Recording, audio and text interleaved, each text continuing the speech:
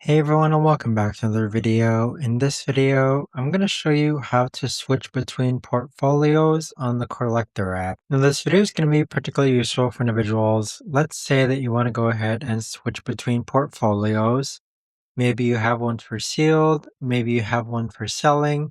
How do you actually go ahead about doing so? Now this video is going to be short, sweet, and simple, guys. There's not going to be a lot of steps involved. Now, in order to do this, what you're first going to do is log on to the Collectr app. Now, there's two ways you can do it. Next on the top left-hand side where it says sealed, you can click on that.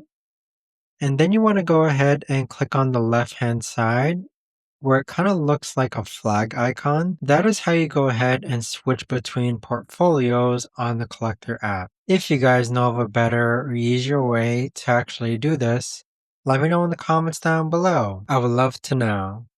Thanks so much for watching everyone, and I'll see you guys all in the next video.